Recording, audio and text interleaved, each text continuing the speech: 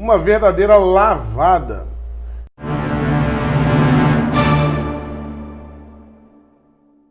É isso aí, meus amigos. Aqui é Alan Frutuoso para o canal Vista Pátria. E foi uma verdadeira lavada que os conservadores, né, e os bolsonaristas levaram no Brasil inteiro, né, tirando algumas raríssimas exceções. Eu vou trazer aqui uma análise sobre essas raríssimas exceções para a gente tentar entender um pouco desse fenômeno. Mas a eleição de ontem foi uma verdadeira tragédia, né? Tanto pela sua organização e suspeitas de fraude. Falarei também sobre isso aqui. Primeiramente vou fazer uma análise sobre o resultado puro e simples, né, que foi apresentado aí pelo TSE. Posteriormente, lá para o final do vídeo, falarei sobre essas suspeitas de fraude. Inclusive, muitos candidatos aqui no Rio de Janeiro já vieram a público, né, para expressar essa sua insatisfação com esses resultados, no mínimo curiosos.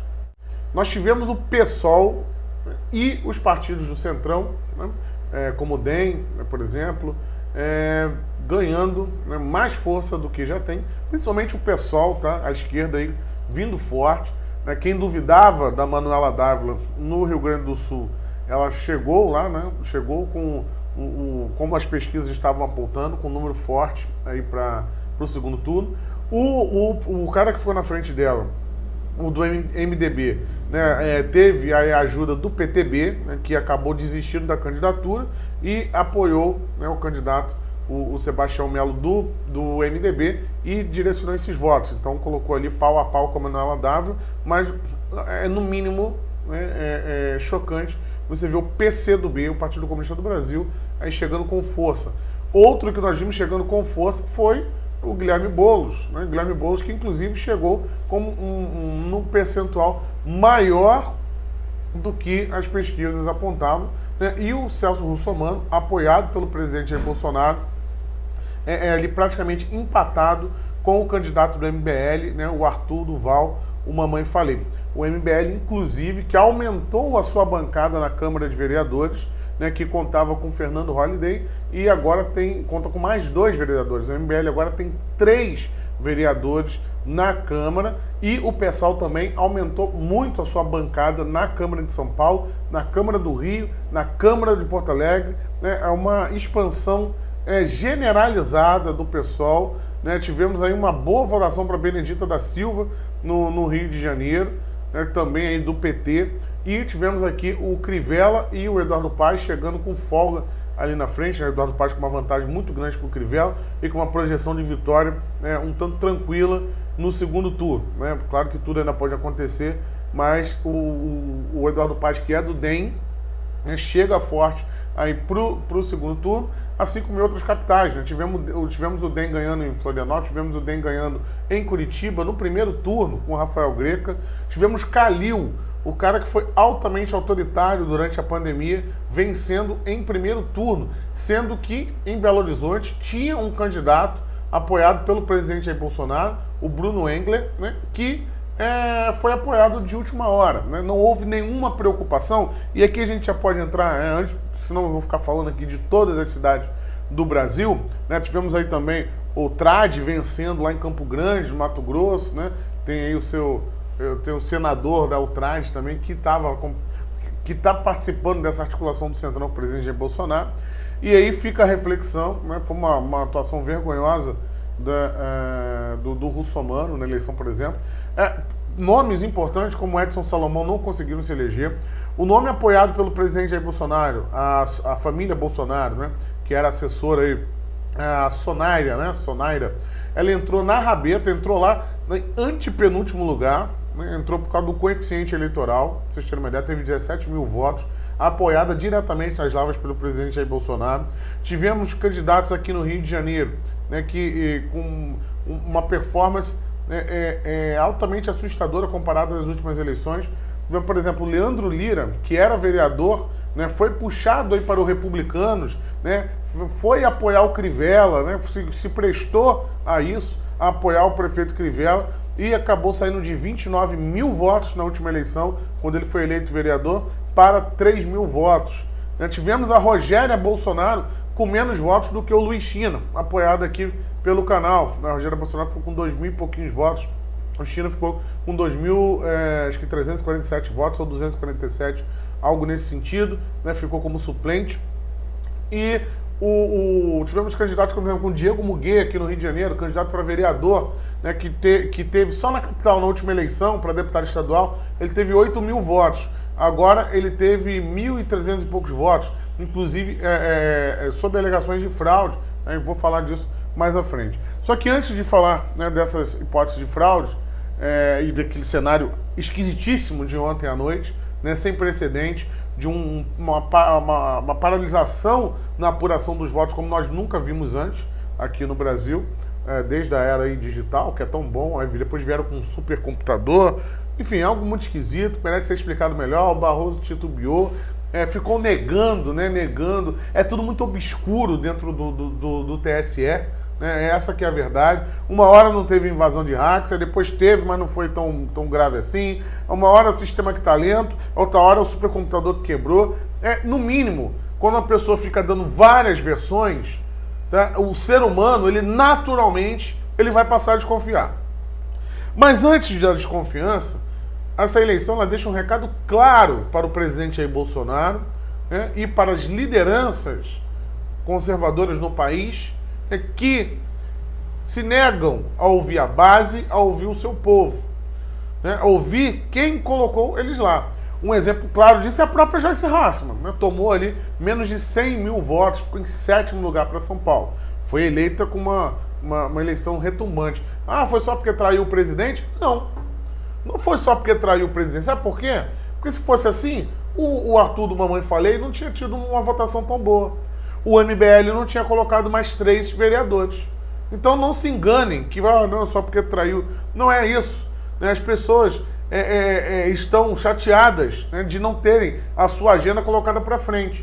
O presidente Jair Bolsonaro ontem fez uma publicação dizendo que é realmente uma análise completamente paralela do cenário real, dizendo que a esquerda foi varrida nas eleições. Como foi varrida? O PSOL teve o vereador mais votado do Rio de Janeiro, mais bem votado do que o Carlos Bolsonaro, no qual o presidente fez campanha o tempo todo, leva o sobrenome da família. Tarcísio Mota, né, do PSOL, foi o vereador mais votado do Rio de Janeiro. Como é que a esquerda foi varrida? E ainda puxou um monte de gente com ele, do PSOL. Enquanto o Carlos Bolsonaro puxou um monte de gente desconhecida no Republicanos. O Carlos Bolsonaro é o único vereador de direita agora da Câmara do Rio de Janeiro. Procurem aí os republicanos que foram eleitos, né, na onda do Carlos Bolsonaro. Nenhum é um conservador, é um militante, é um ativista, né, de raiz. São todos pessoas, no mínimo, desconhecidas, né, que ou tem um vínculo com a Igreja Universal ou tem algum vínculo, né, ali com o bairro em si, mas nada, né, de conservador e de direita. Então não houve uma preocupação do presidente em formar uma base. Ele, como líder, né, da nação, como líder de partido, como se coloca como presidente do Aliança pelo Brasil, não teve a menor preocupação de fazer isso. Tanto é que os apoios vieram nas coxas, de última hora. O Bruno Engler tinha repletas chances de ganhar, né, em Belo Horizonte se tivesse sido feito um trabalho, né, para colocá-lo ali como um candidato, não de última hora, né? Toma aí, vota aí no Bruno Engler que é gente boa. Não é assim. Não é assim que funciona. O presidente Jair Bolsonaro não foi eleito de última hora. O presidente Jair Bolsonaro começou a rodar o Brasil em 2014. Vocês não lembram disso? Na Comissão de Direitos Humanos, Presídio de Pedrinhas, depois ele começou a viajar o Brasil. Foram 4 anos viajando o Brasil. Não foi do dia para a noite que o presidente Jair Bolsonaro foi eleito. Não foi por causa de uma facada que ele foi eleito.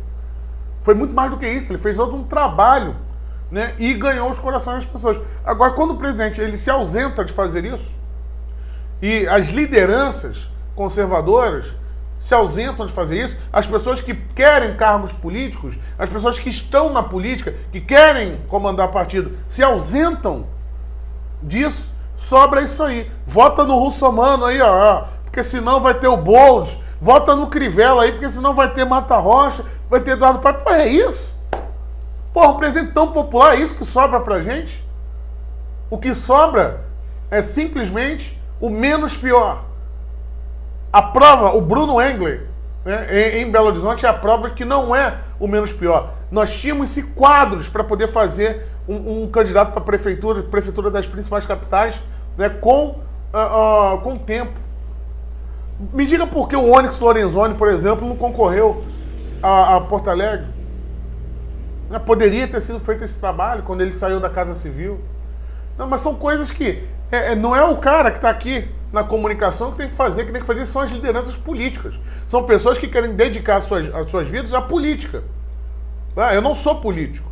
Então, os políticos devem ter essa preocupação e não querer enfiar para qualquer um de última hora o menos pior. O menos pior não vai colar, né? Não vai colar como não colou em São Paulo. E, digo mais, há uma tendência mundial, eu já falei isso aqui na eleição do lado do Trump, né? Há uma tendência mundial, né, dignada para a esquerda. Agora está aí o resultado das eleições. Você acha que 25% lá do Boulos, né, você acha que... no Rio de Janeiro, a esquerda só não chegou no segundo turno por conta, né, da divisão entre a Marta Rocha e a Benedita. As duas tiveram praticamente o mesmo percentual, né, ali acho que foi 11%. Tiveram o mesmo percentual. Somassem as duas ali, pronto, chegava tranquilamente, passava o Crivella. Só por isso que a esquerda não chegou no Rio de Janeiro. Mas a esquerda dominou a Câmara dos Vereadores. A direita do Rio de Janeiro só conseguiu eleger um vereador. Mas tem o Gabriel Monteiro lá. O Gabriel Monteiro espera e verá. Só conseguiu eleger um vereador de direita, que foi o Carlos Bolsonaro. Aí me diga, o Carlos Bolsonaro é falta de preocupação com base. Porque se tivesse preocupação com uma base, teria feito uma nominata, né, boa e robusta para poder levar realmente conservadores. Mas sabiam muito bem que dentro dos republicanos, ali metade do partido estava direcionado para pastores da Universal e pessoas ali que não tem nada de conservadores. Né? Sabiam disso. Assim como na nominata do Republicanos em São Paulo. Então é porque o conservador não performou. Não, caramba. Tinha ali muita gente entubada naquela nominata ali que não tinha a menor capacidade de promover a agenda conservadora. Mas avançaram com isso, sem se preocupar com a base. O que vai acontecer agora? Vamos ter o Carlos Bolsonaro lá sozinho. Com Eduardo Paes prefeito, muito provavelmente. Né? E te digo mais, se o Crivella conseguir a façanha de vencer o Eduardo Paes, o que eu acho muito difícil, né, simplesmente vai acontecer, vai sofrer um impeachment. Agora a esquerda tem maioria na Câmara. E aí como é que fica? Todo aquele trabalho, vote no menos pior, vote no menos pior. O que falta aqui, né, é realmente o presidente parar de ignorar as pessoas que o elegeram, as pautas que o elegeram, né, ficar dando ouvidos para os generais. Inclusive, né, o Olavo de Carvalho falou isso no Twitter. Aí teve uma pessoa que questionou lá no Facebook do Bolsonaro. Aí o Bolsonaro deu essa resposta aqui, dizendo que a pessoa está lendo muita folha, está lendo muito jornal. Então ignora completamente a realidade. O Bolsonaro ele dá uma declaração dizendo que varreu a esquerda. A não ser que o Bolsonaro já se considere como do centrão. Aí, de fato, ele varreu a esquerda. Aí ele é do DEM. Né? Porque o DEM é um grande vencedor. O PSD é um grande vencedor dessa eleição. Né? Podemos ter aí o Bruno Covas do PSDB, o Tranca-Rua, né, vencendo a eleição em São Paulo. E se não for o Bruno Covas, vai ser o PSOL, que é pior ainda. Eu não entendo que esquerda é essa que varreu. Então, que espécie de negação é essa que está acontecendo? Né? Se enquanto não houve a base, como dizia lá o Mano Brown pro PT, se não voltar para a base, né, vai acontecer isso aí. Candidatos sendo abandonados em São Paulo, né, por picuinhas políticas. Aí quem fala em unir a direita ignora esse tipo de falta de apoio para determinadas pessoas que tinham uma projeção grande ali de vencer. Então, assim, tá tudo errado e o resultado veio aí. Né? Parabéns aos envolvidos. Né? O que eu digo aqui, meu irmão, perder a prefeitura é até ruim. Né? Aqui no Rio de Janeiro, por exemplo, é igual o filme Cidade de Deus, né? Naquela hora que o cara chega, quer tomar um tiro na mão ou no pé. Então ali você já meio que vai com o coração esperando. Agora, você deixar a Câmara de Vereadores na mão desses caras, o que vai acontecer agora? O que vai acontecer agora com o novo normal? Quanto tempo vocês acham que esses caras vão enfiar máscara na focinheira na tua cara? Né? E se o prefeito quiser o prefeito não quiser fazer o decreto, com a maioria do pessoal lá dentro, eles vão enfiar a máscara na tua cara através de projeto de lei. Então, é isso que sobrou. Em São Paulo, o pessoal preferiu votar em cara que segura o cachorrinho, na Luísa Mel masculina. O pessoal tá nem aí, cara. O pessoal tá vendo Fazenda. E esse é o povão, é o público comum, é assim mesmo. Não é à toa que o Bolsonaro ia no Super Pop. Por quê? Porque lá tava o povão. É aí que tem que ter penetração. E não tá acontecendo. Aí acha, né, vai em cabeça de General Ramos, cabeça de Milico, dizendo que tem que se associar com o PP, né, tem que se associar com o Centrão, que só assim o Bolsonaro vai ganhar. Isso aqui foi um prelúdio do que acontecerá em 2022. Mas aí você pode dizer, mas e as fraudes? Teve muita gente questionando isso. Mesmo Diego Muguet teve 8 mil votos, como eu falei, teve 1.300 e poucos votos para vereador. O Anderson Borner, né, que estava sendo apoiado diretamente pela Carla Zambelli e pelo próprio Crivella. O Crivella, inclusive, participou de eventos com o Anderson Borner, teve uma votação aí também pequena, de 1.300 votos, se eu não me engano. Né? E muitos outros ali que tiveram já, como eu falei, o próprio Leandro Lira, tiveram votações expressivas e tiveram votações muito pequenas agora. O Diego Muguet, ele colocou a boca no trombone, depois eu vou até ver se consigo trazer ele aqui no canal para falar sobre isso, dizendo que aquilo vai completamente contra, né, o que estava sendo projetado. O Anderson Borner disse a mesma coisa. E o próprio Luiz China, apoiado aqui pelo canal, né, que teve 2.000 e poucos votos, ficou com mais votos que a Rogéria Bolsonaro, ele também, porque isso não se fala antes da eleição, mas tinha uma projeção interna do partido muito maior do que isso. Então você realmente fica desconfiado, né, quando essa discrepância acontece. Né, essas pesquisas internas do partido mostravam uma projeção muito maior aí para a eleição dessas pessoas. Né? Tivemos aí o Edson Salomão em São Paulo também não conseguindo chegar. No mínimo esquisito, porque quando a gente tem um cenário, né, de paralisação, estagnação, depois um supercomputador que quebrou lá alguma coisa do supercomputador, né, como é que eles consertaram isso? Realmente é tudo muito nebuloso. E é um processo que começou nebuloso. Ontem fiz questão de postar 2 vídeos. Postei meu vídeo eu indo lá votar. Depois postei lá na apuração, né, com o pessoal do Movimento Conservador. E foi nebuloso o processo do início ao fim. Quando o processo é desse jeito, você realmente fica desconfiado. Urnas quebradas, né? Urnas quebradas, pessoas que não conseguiram votar. Relatos de urnas quebradas na Zona Norte, onde era foco ali do Luiz China, né? E pessoas não conseguiam votar, eles não trocavam a urna, ia demorar 3 horas para trocar a urna. Como assim, meu amigo? Nem você bota uma urna de lona lá, o cara tem que votar. Isso não existe. Então é necessário que esses candidatos que se sentiram prejudicados corram atrás aí das zeríssimas, né, lá das fitas, né, de cada urna, de cada sessão, fazer uma comparação disso. E as pessoas que votaram nesses candidatos, né, não só nesses que eu citei aqui, mas outros que você acha que teve uma votação no mínimo esquisita aí na sua cidade, vão lá, mandem, né, qual foi a sua sessão eleitoral, aonde você votou, para depois fazer uma comparação, né, com a zeríssima da urna eletrônica, para poder ver pelo menos, né, tentar ter uma ideia do que aconteceu. Agora o fato é que eles repudiam completamente, né, o TSE repudia completamente o voto impresso. O presidente Jair Bolsonaro passou 2 anos sem falar no voto impresso e agora lembrou que existia esse projeto que foi feito por ele mesmo, né, pelo próprio presidente, que foi derrubado pela Raquel Dodge e o STF, e deixaram isso para lá. E agora, em cima da hora, lembraram que existia um tal de voto impresso que poderia minimizar essas dúvidas. Nesse caso, por exemplo, desses candidatos aqui que eu falei, poderia servir para recontagem. Vai lá, mata a dúvida. Eu acho que fui fraudado. Fui lá, olhei, não, foi só isso mesmo de voto, então vamos pensar a bola para frente, onde foi que eu errei na estratégia. A Carla Zambelli postou ontem, o que aconteceu com os conservadores, onde erramos. Não errou disso aí, né? Vocês estão entubando pra gente qualquer porcaria, né? Russomano, Crivella, né, e companhia, e achando que vai ser, que o povo vai engolir. Fica difícil. Não, é um trabalho feito de última hora. Pense, por exemplo, agora, desde já, né, na base para deputado federal. Quanta gente tomou pernada aí, que foi candidato, tomou pernada por gente que se diz conservadora, foi ameaçado, né, pedindo para retirar a candidatura por gente que é conservador, que está no governo. Então, esse tipo de coisa não poderia acabar bem, como não acabou. Agora cabe à direita, se ela realmente quiser sobreviver em 2022, né, voltar para a base, né, e principalmente quando digo a direita que está eleita, a direita que está com poder de voto. Essa direita tem que voltar a ouvir a sua base, ou senão, meu amigo, ou senão, em 2022, não vai adiantar chorar fraude, não. O cenário é tenebroso, há uma guinada mundial, estamos vendo Bolívia, Argentina, Chile, é uma guinada mundial para a esquerda. Eles não estão brincando em serviço. O Boulos, desde o início eu falava com pessoas próximas, esse cara está fazendo uma campanha diferenciada. Ele fazia lá o café com bolos, um negócio todo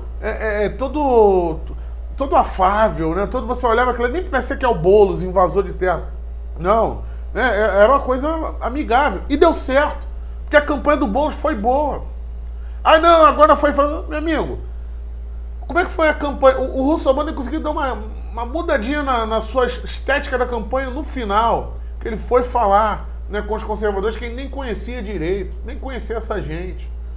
Então, essa coisa artificial deu no que deu. Já o Boulos se comunicou, pegou a estratégia, eles entenderam como a direita venceu as eleições em 2018 e agora estão usando esse formato para chegar lá. Gente, Benedita da Silva, a expressão, a quantidade de votos que ela teve aqui no Rio de Janeiro, ela ressuscitou o PT no Rio de Janeiro. Então, será que isso realmente é varrer a esquerda? Então, acho que cabe, né, ao presidente aí ter um pouquinho mais de humildade, né, e estratégia.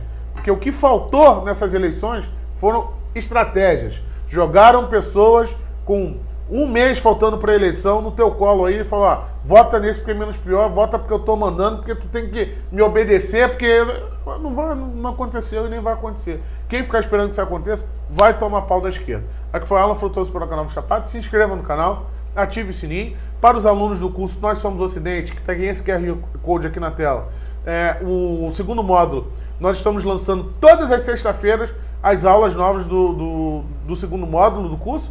A primeira aula já está disponível, então se você é aluno do curso Nós Somos o Ocidente, corra lá, que já saiu na última sexta-feira a primeira aula, na sexta já tem a segunda aula, toda sexta-feira terá aula nova aí para vocês. E se você não conhece o curso, se inscreva através do QR Code aqui embaixo ou do link do site que nós temos aqui, a livraria do canal do Chapado também. Tudo isso aí ajuda o canal a se manter no ar, né, com esse serviço de informação aqui para vocês. Até a próxima, tchau, tchau.